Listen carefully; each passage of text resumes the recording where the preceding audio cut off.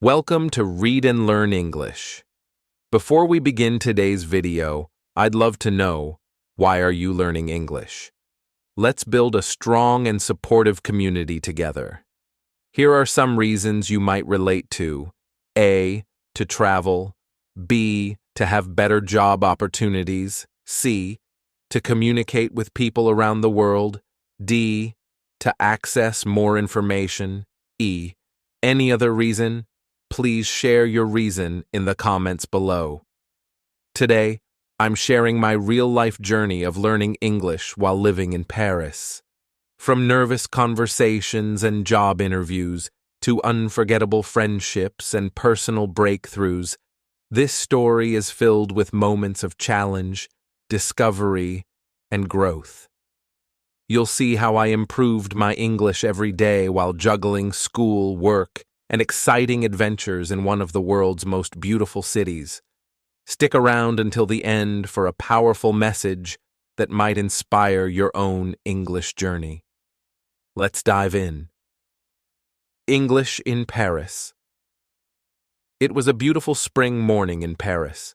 The air was fresh, the sky was blue, and the sun was shining gently over the city. Flowers were blooming, and the streets were full of people enjoying the warmth after a long winter. I decided to take a walk along the Seine River, one of the most beautiful places in Paris. As I walked, I felt peaceful and calm, just enjoying the scenery. While walking near the riverbank, I noticed a man sitting alone on a bench. He looked friendly and relaxed, gazing at the water and sometimes smiling. I didn't know him, but something about him made me curious. As I passed by, I heard him speaking on the phone. He was talking in English. Although I couldn't understand everything he said, it was clear that he spoke English very well, fluently and confidently. At that moment, I felt a strong desire inside me. I wanted to speak English like that. I had studied a little English before, but I was still a beginner.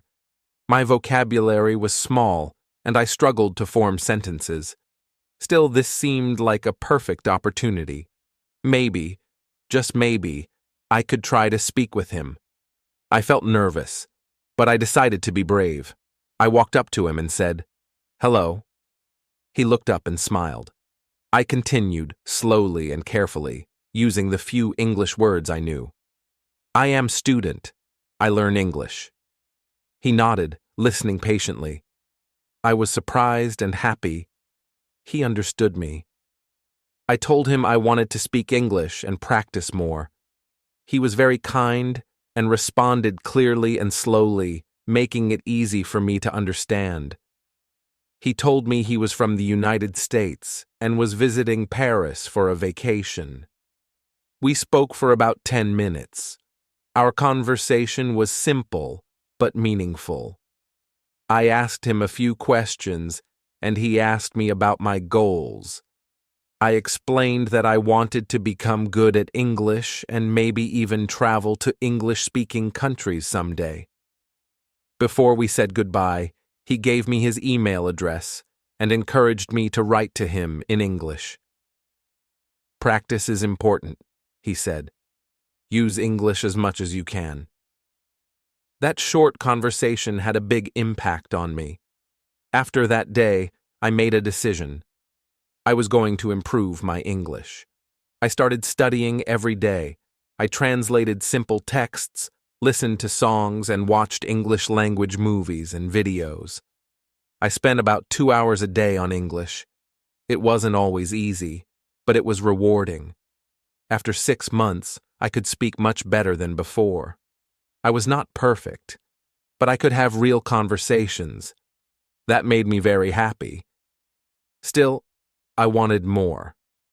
I wanted to study English in a more focused way, so I looked for a language school. I found one in Paris that offered English courses with native-speaking teachers. I signed up and waited excitedly for my first day.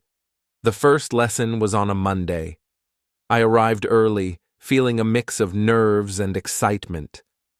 I met my teacher, and the other students in the class. Our teacher was a young man, very friendly and energetic.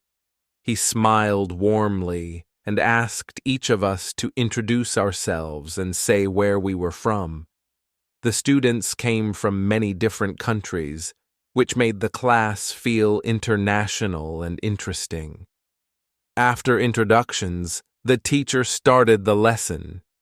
He asked us about how we had studied English before and what we thought was the best way to learn a new language. Some students said they liked learning grammar.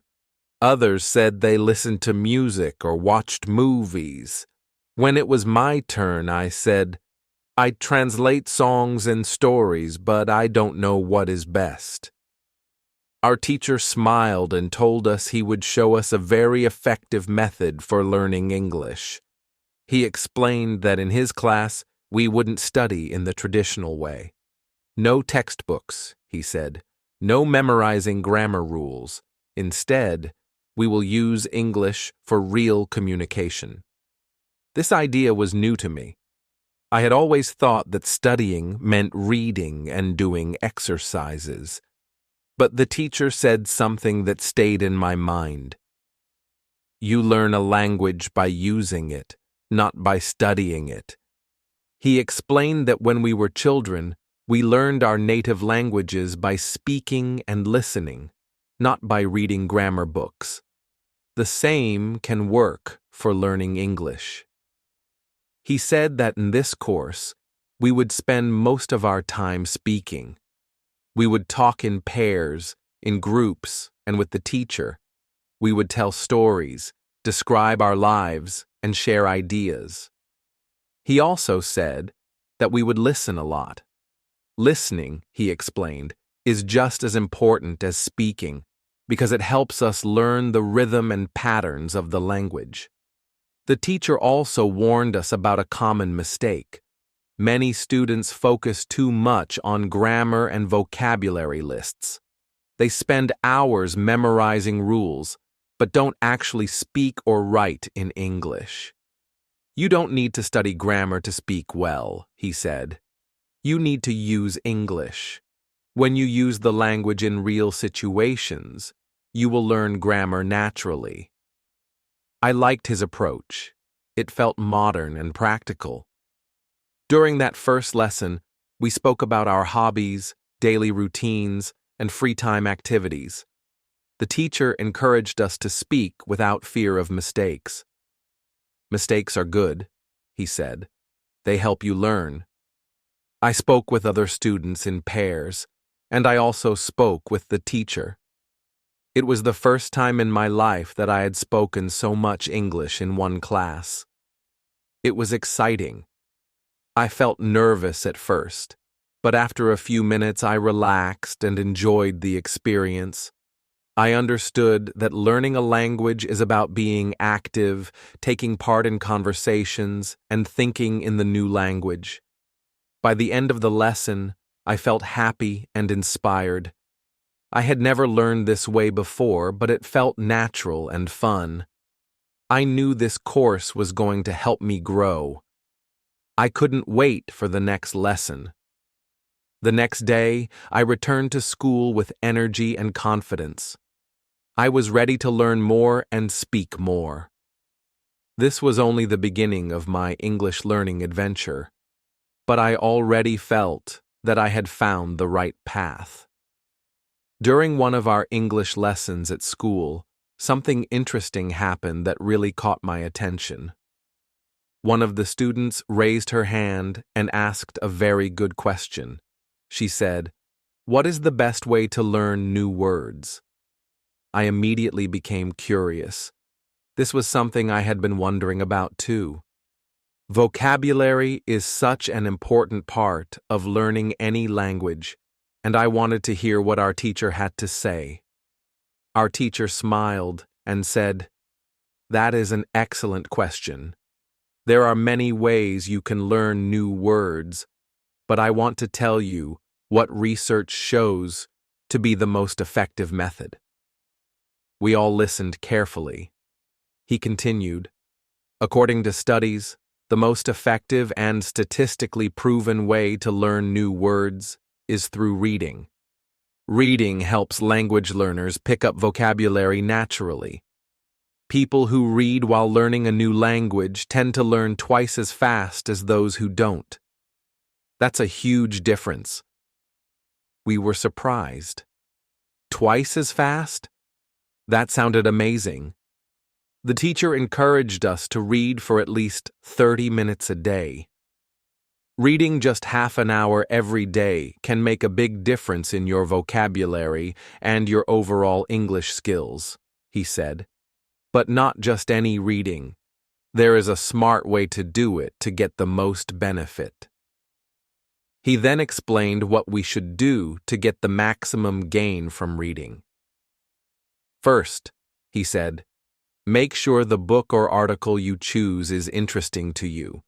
It could be a fun story, something connected to your job, or something related to your hobbies. If the text is boring, you will not enjoy reading and you may stop. But if the content is interesting, you'll want to read more. This made a lot of sense. I thought about the books I had tried to read before. Some of them were too difficult or too boring, and I gave up. I realize now that choosing the right material was important. Second, the teacher said, make sure that you understand most of the words in the text. If there are too many unknown words, you'll get frustrated and lose interest. So choose something at your level. You should know at least 90% of the words. That way, you can still enjoy the story or article and learn the new words in context. He then explained what to do when we see a new word while reading. If you find a word you don't know, just look it up in a dictionary. That's all. You don't need to write it down. You don't have to make a vocabulary list. You don't even need to try hard to remember it. Just understand what it means in that sentence and then continue reading. This surprised me. I had always tried to memorize words by writing them in a notebook or making flashcards. But the teacher told us to just focus on understanding the text, not memorizing words. Later, he said, when you see the same word again in another sentence or book, you'll remember it better because you've seen it in different contexts. Your brain will make a connection, and the word will become part of your vocabulary naturally. He explained that another advantage of reading is that you don't just learn individual words, you also learn how words are used together. You see how they connect in sentences, how they form expressions, and how grammar works in real situations. This helps you build a better sense of how English works without having to study grammar rules separately. This method is very powerful, he said. Give it a try, and you will see how quickly your vocabulary grows. After this useful discussion about vocabulary and reading, we continued with the lesson. We started talking about the situation in France, especially about work and what jobs are good for students. This topic was very interesting for me because I was also looking for a job. I wanted to do something useful with my time after class, and earning some money would be helpful too. After the class, I spoke with some of the other students and asked them if they knew where I could find a part-time job. They were very helpful. One student told me, "You should go to the job center. They have many opportunities for students." That sounded like a great idea.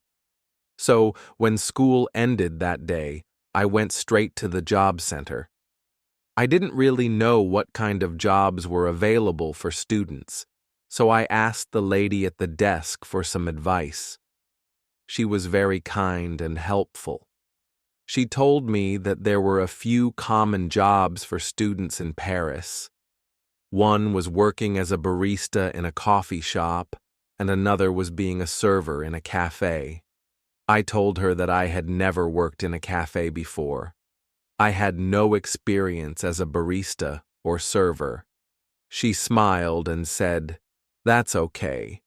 Your English is already good enough, and we can give you training. These jobs are great for students because you can practice speaking English with customers every day. It's better than working as a cleaner, where you don't speak much. If you want to practice your English, working in a cafe is a good choice." I liked the idea, and I agreed to take the job. She told me I could start on Thursday. I was excited. This would be a new experience, and I would have more chances to use my English in real life. The next day, Wednesday, I went back to school. During the lesson, something else happened that made me think again about how we learn languages. One of the students in our class was quieter than the others. He was a young man from Japan. He didn't speak much during lessons, but he always listened carefully. On that day, the teacher asked if any of us had questions.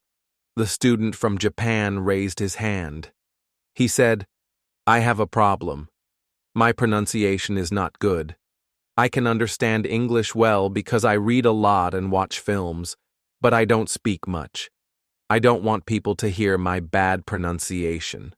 What can I do to improve it?" I felt sympathy for him. Speaking is hard when you're not confident. I had the same problem when I started. The teacher looked at him kindly and said, "That's a good question, and it's a very common problem for English learners.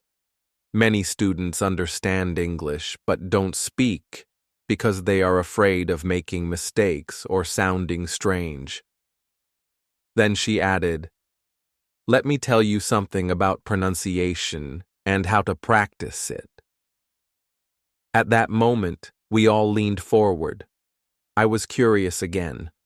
I wanted to know the teacher's advice, not just for the Japanese student, but for myself too. During one of our English classes, our teacher told us that she was going to teach us a technique that could help everyone improve their pronunciation. This made me very interested because pronunciation is something I've always struggled with, and I wasn't the only one. Many students in our class wanted to speak English more clearly and sound more natural. Our teacher began by explaining why pronunciation can be difficult for language learners. "The first thing we have to understand," she said, "is how we actually speak. When we speak, we move the muscles in our mouth. Our lips, tongue, and jaw all work together to produce the sounds of the language we are speaking." She told us that every language uses these muscles in different ways. For example, in my native language, I use my mouth differently than I need to when speaking English. That's the reason why many students have a strong accent or incorrect pronunciation, she explained. Your mouth is doing what it always does in your native language, but the sounds in English are different, so you need to train your mouth to move in new ways. This made perfect sense to me. I had never really thought about pronunciation as something physical, something related to muscles, like exercising or training. But it was true. Speaking a new language means using your mouth in new ways.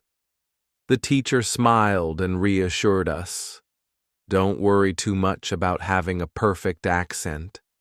Most of the time, people will still understand you, even if your pronunciation isn't perfect.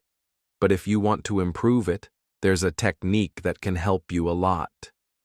Then she told us the name of the method. Shadowing. Shadowing is a very simple but powerful technique, she said. It's used by language learners around the world, and even professional interpreters use it to train their speaking skills. We all became very curious. "So, what is shadowing?" she asked, and then answered her own question. Shadowing means listening to a person speak and then immediately repeating what they say. You try to copy the sound exactly as you hear it. You follow their voice like a shadow, very closely. She explained that this is how babies and small children learn to speak their first language. They hear their parents or other people talking, and they repeat the sounds again and again. Over time, their pronunciation improves naturally. She said we could do the same thing with English. To practice shadowing, she told us, you need an audio or video clip where someone speaks English clearly and not too fast. Choose something you understand well, because if you can't understand the words, it will be hard to copy them. Then, our teacher opened her laptop and went to a video sharing website. She typed in "Shadowing Technique English Learning" and found a great video that demonstrated how to do it. She played the video for the class. In the video, a teacher explained how to do shadowing and gave examples with short sentences. The speaker said a sentence, and then the learner repeated it immediately, matching the pronunciation, rhythm, and intonation. After watching the video, we all tried shadowing together. We listened to a short audio clip and repeated each sentence out loud right after hearing it. At first, it felt strange. We were trying to speak quickly, and it was difficult to say the words just after hearing them. But soon, it became easier. We started to enjoy it. We practiced for about 3 minutes. Then the teacher paused the audio and said, "That's all you need to do at home. Just a few minutes a day is enough to make real progress over time. Shadowing is also useful when you prepare for a presentation or speech. It helps you feel more comfortable speaking and improves your confidence." I thought this was excellent advice. I made a decision. From now on, I would practice shadowing every day at home using my favorite English videos. After class, I thanked my teacher and went home. The next day, Thursday, was a very exciting day for me. It was my first day at my new job in a cafe. I was both excited and a little nervous. When I arrived at the cafe, I met my boss, Mr. Martin.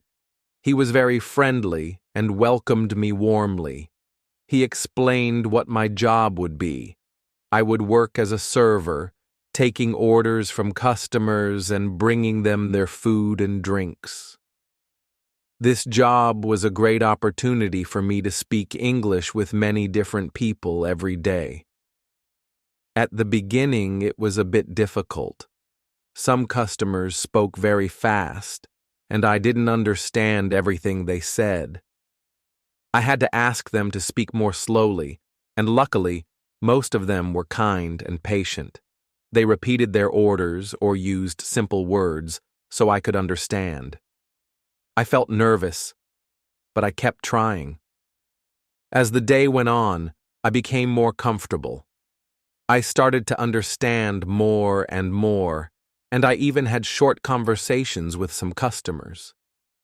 They asked where I was from, how long I had been in Paris, and how I learned English. I enjoyed talking with them. By the end of the day, I felt very tired but also very happy. I knew that working in the cafe would help me improve my English a lot. The next day, Friday, I went to school again. In class, we had a fun lesson. We talked about our favorite movies and books. Everyone shared their opinions and asked questions. It was a relaxed and friendly atmosphere. I felt confident speaking English because I had practiced so much at my job the day before. After class, I asked some of my classmates if they wanted to go for a coffee. A few of them said yes, and we went to a small cafe near the school. We sat around a table, drank coffee, and talked about life in Paris. It was interesting to hear everyone's stories. We all came from different countries, but we had something in common. We were learning English and trying to live in a new place. We shared tips and talked about the best ways to learn. I found out that two of my classmates, Anna and Roberto, also worked in cafes. We laughed about our funny customer experiences and talked about the challenges of working in a foreign language. It felt really nice to have friends who understood my situation. We decided to meet every Friday after class. We would practice English together, help each other, and have fun. It was a great way to learn and to feel more connected. That week was very important for me. I learned a new technique to improve my pronunciation. I started a new job, and I made new friends. I felt like my English was getting better every day, and most importantly, I was enjoying the process. I am truly happy to have made new friends, and I look forward to our meetings every week. The following weeks become very busy for me. I go to school every morning and work in the cafe during the afternoons. On Fridays, I still meet my friends after class to practice English and relax together. I can feel that my English is improving with each passing day. I understand more when people talk to me, and I'm getting better at expressing my own thoughts in English. One day, our teacher gives us a special assignment. She asks each of us to prepare a short presentation about our hometowns. I decide to talk about Paris, the city I've come to love deeply. Although it is not my original hometown, it feels like home now. I spend a lot of time preparing my presentation. I write out what I want to say and practice it many times. I also use the shadowing technique that we learned in class to improve my pronunciation and sound more natural. When the day of the presentation comes, I feel a bit nervous, but also very excited. I talk about the beautiful landmarks in Paris, like the Eiffel Tower and the Louvre Museum. I also mention the small cafes and bakeries that I enjoy visiting, and how much I love walking through the streets of Montmartre. My classmates listen with interest, and after I finish, they ask me several questions. I manage to answer all of them in English, and I feel proud of myself. Our teacher praises my performance and tells me that my English has improved a lot. Hearing that makes me very happy and gives me even more motivation to continue learning. As the months go by, I continue to study hard, work, and spend time with friends. My English keeps improving. I feel more and more confident when I speak. I often think back to the day when I first spoke to the man by the Seine River. That small moment changed my life. It was the beginning of my English journey, and now I can speak the language with confidence. I've also made many new friends from different countries. I am truly grateful for all the opportunities I've had and for the kind people who have helped me along the way. One evening while browsing the internet, I come across a local language exchange group. They meet every Friday evening at a cafe near my home to practice different languages. I think this could be another great way to practice English with native speakers and other learners. I decide to attend the next meeting. When I arrive, the cafe is filled with people chatting in many different languages. I introduce myself to the group leader, a friendly man named David. He welcomes me warmly and explains how the group works. We pair up with different partners throughout the evening to practice speaking. My first partner is a woman named Lisa. She is from the United States and is currently learning French.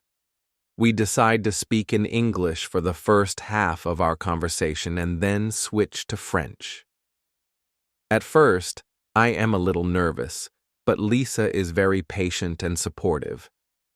We talk about our hobbies, favorite places in Paris, and our experiences learning new languages. As the evening continues, I meet more people and have short conversations with each of them. Every time I speak, I feel more comfortable. I realize that speaking with native speakers helps me not only improve my pronunciation, but also learn new expressions and idioms. By the end of the evening, I feel proud of myself. I've had many conversations, and I've managed to express myself clearly. I decide to continue attending the language exchange group every Friday evening. It's a fun and effective way to practice English in a relaxed setting. During the weekends, I often explore Paris with my friends. One weekend, we visit Montmartre, a beautiful and historic district known for its artistic atmosphere. We climb the steep streets and enjoy the amazing view from the top of the hill. We visit the Sacré-Cœur Basilica and admire its beauty. The streets of Montmartre are full of artists painting and selling their work. We spend hours wandering through the charming alleys, enjoying the lively vibe and taking in the sights. Another weekend, we take a trip to the Palace of Versailles. The palace is incredibly beautiful, with grand rooms and enormous gardens. We join a guided tour in English, which helps us learn more about the history of the place.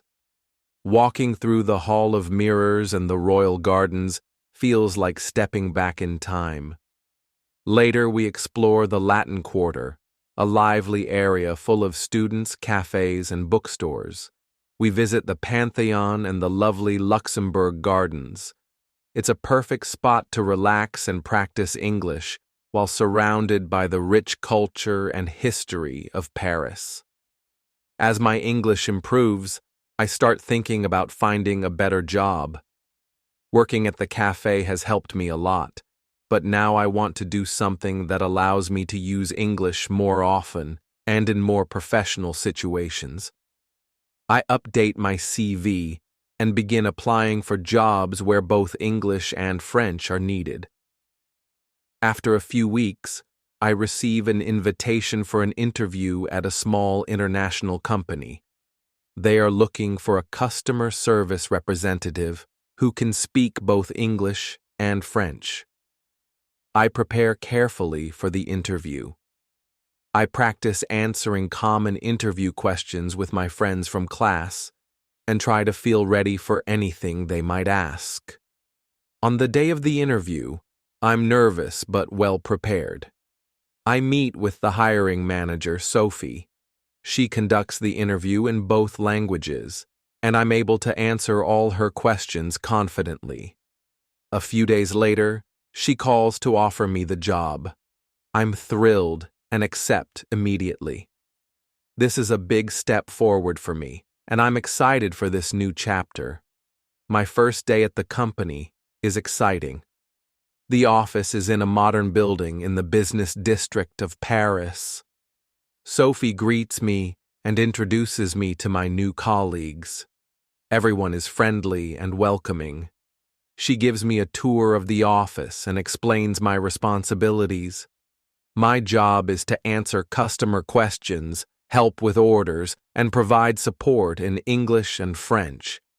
I'm part of a small international team. I meet John from the UK, Maria from Spain, and Ahmed from Egypt. We all speak English at work, and I feel proud to be part of such a diverse group. In addition to my new job, I join an English book club. The club meets once a month at a cozy cafe to discuss a book chosen by the members. It's open to both native speakers and learners like me. At the first meeting, I meet about 10 people who are kind and welcoming. We sit in a circle and begin discussing a novel by Jane Austen. I've read the book in advance and made some notes. At first I feel shy, but the others encourage me to speak. I start to share my ideas, and the conversation becomes very engaging. It's a wonderful way to improve my English and also hear different opinions and interpretations. Paris is a city full of culture and learning opportunities. I take advantage of every chance I get to immerse myself in English-speaking environments. Whether I'm working, studying, joining events, or just talking to friends, I keep practicing. Each day brings a new opportunity to grow, and I'm excited for the future. I enjoy attending English language theater performances, film screenings, and lectures in Paris. These events are not only entertaining, but they also help me improve my listening and comprehension skills. They allow me to hear natural spoken English in different accents, tones, and contexts. Each event feels like a mini lesson combined with an enjoyable experience. One evening, I attend a lecture at the American Library in Paris. The speaker is a well-known author who writes in English. The lecture hall is full, and there's a quiet excitement in the air. The author shares her journey as a writer, talks about her inspirations, and gives insights into the writing process. Her passion and authenticity are inspiring. Listening to her speak is fascinating, not only because of the topic, but also because I understand almost everything she says. This makes me realize how much my listening skills have improved. At the end of the lecture, there is a question and answer session. People begin to raise their hands and ask questions. I hesitate at first, unsure of what to say or how to phrase my question. But then, I gather my courage and raise my hand. When the moderator picks me, I stand up and ask the author a question about her characters and how she develops them. She smiles, thanks me for the question, and gives a thoughtful answer. It feels amazing to be part of the conversation, to speak English in a real-life setting and to be understood. This small moment boosts my confidence in a big way. As I continue my journey of learning English, I build friendships with people from all over the world. My English class, the language exchange group, and my job have introduced me to a variety of people from different countries and cultures. We share stories, learn from one another, and support each other in our learning.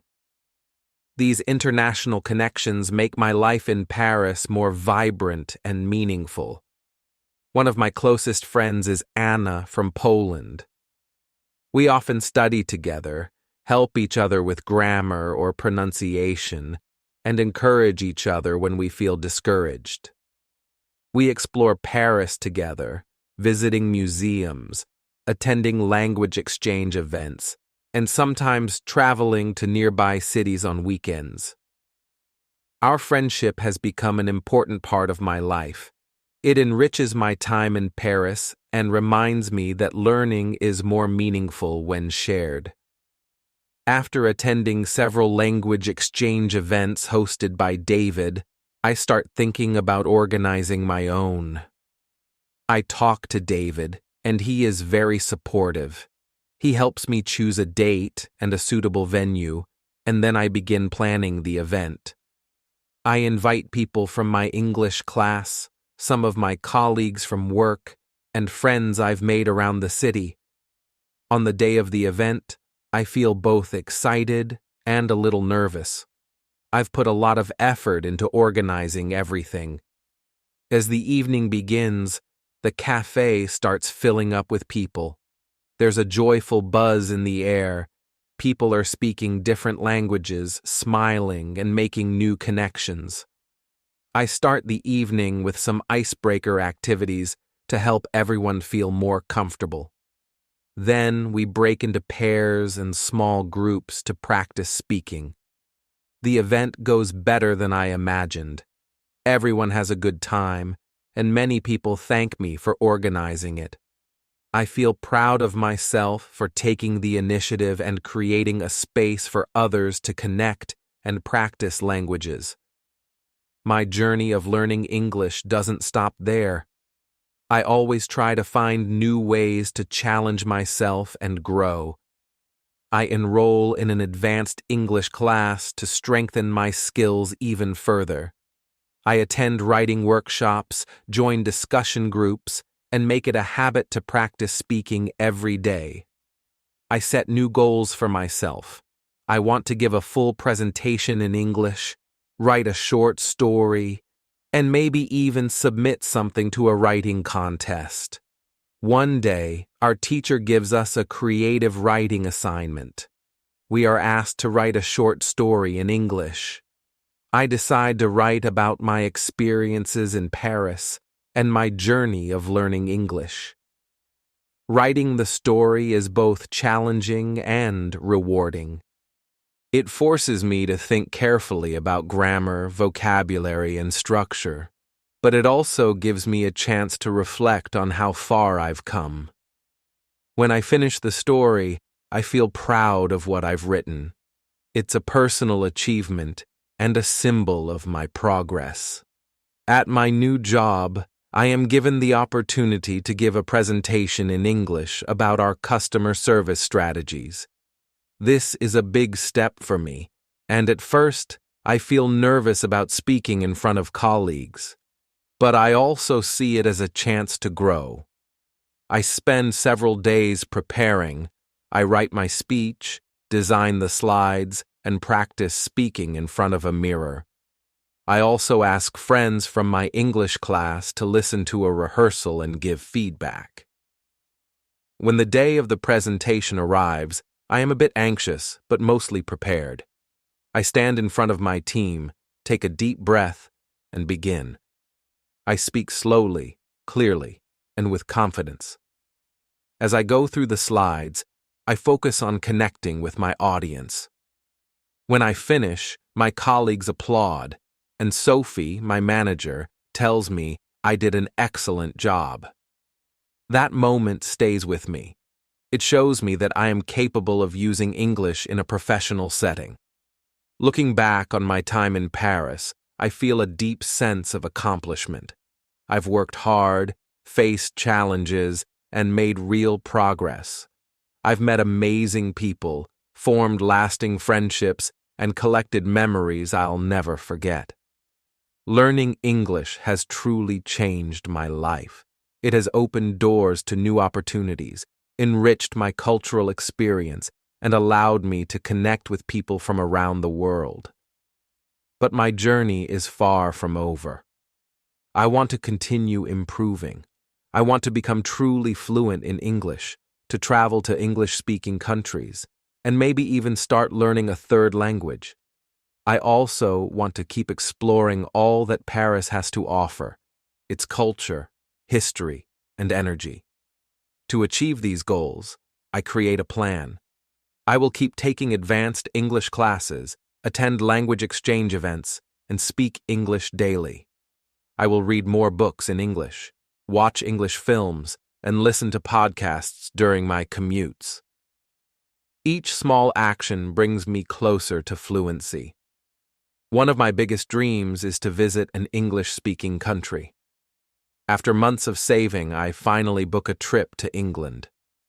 I plan to spend a week in London, exploring the city and practicing my English in real-world situations.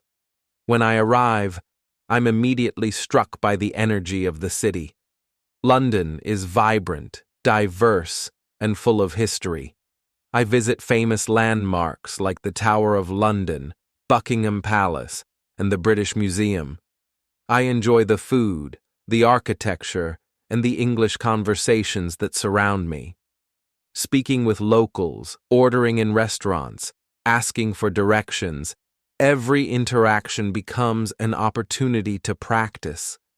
I even attend a theater performance in the West End and understand almost all of it. The trip not only boosts my confidence, but also reminds me why I started this journey in the first place.